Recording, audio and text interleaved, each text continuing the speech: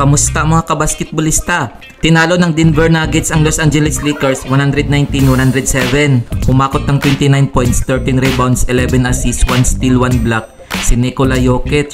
Para naman sa natalong Lakers, LeBron James 21 points, 8 rebounds, 5 assists, 1 steal. Panalo naman ang Phoenix Suns kontra sa Golden State Warriors 108-104. Nagtala ng 32 points, 6 rebounds, 8 assists, 1 steal si Devin Booker. Habang 27 points, 5 rebounds, 1 assist, 1 steal naman para kay Stephen Curry. Kung umabot ka dito sa video na to, mag-like na at subscribe. Heto ang mga laro ngayong October 26, 2023. Para sa alas 7 ng umaga, maglalaban ang Atlanta Hawks at Charlotte Hornets, Washington Wizards at Indiana Pacers, Boston Celtics at New York Knicks, Houston Rockets at Orlando Magic. Para naman sa alas 7:30 ng umaga, maghaharap ang Cleveland Cavaliers at Brooklyn Nets, Detroit Pistons at Miami Heat, Minnesota Timberwolves at Toronto Raptors.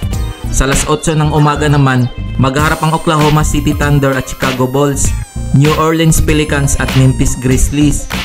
Maglalaban naman ang Sacramento Kings kontra sa Utah Jazz alas 9 ng umaga. Kakalabanin naman ng Dallas Mavericks ang San Antonio Spurs alas 9:30 ng umaga. Maghaharap naman ang Portland Trail Blazers kontra sa Los Angeles Clippers alas 10:30 ng umaga. Heto ang team standings ngayon. Sa Western Conference, Denver Nuggets 1 win 0 loss, Phoenix Suns 1 win 0 loss, Los Angeles Lakers 0 win 1 loss, Golden State Warriors 0 win 1 loss. Kung nagustuhan mo ang video na to, mag-like na at subscribe.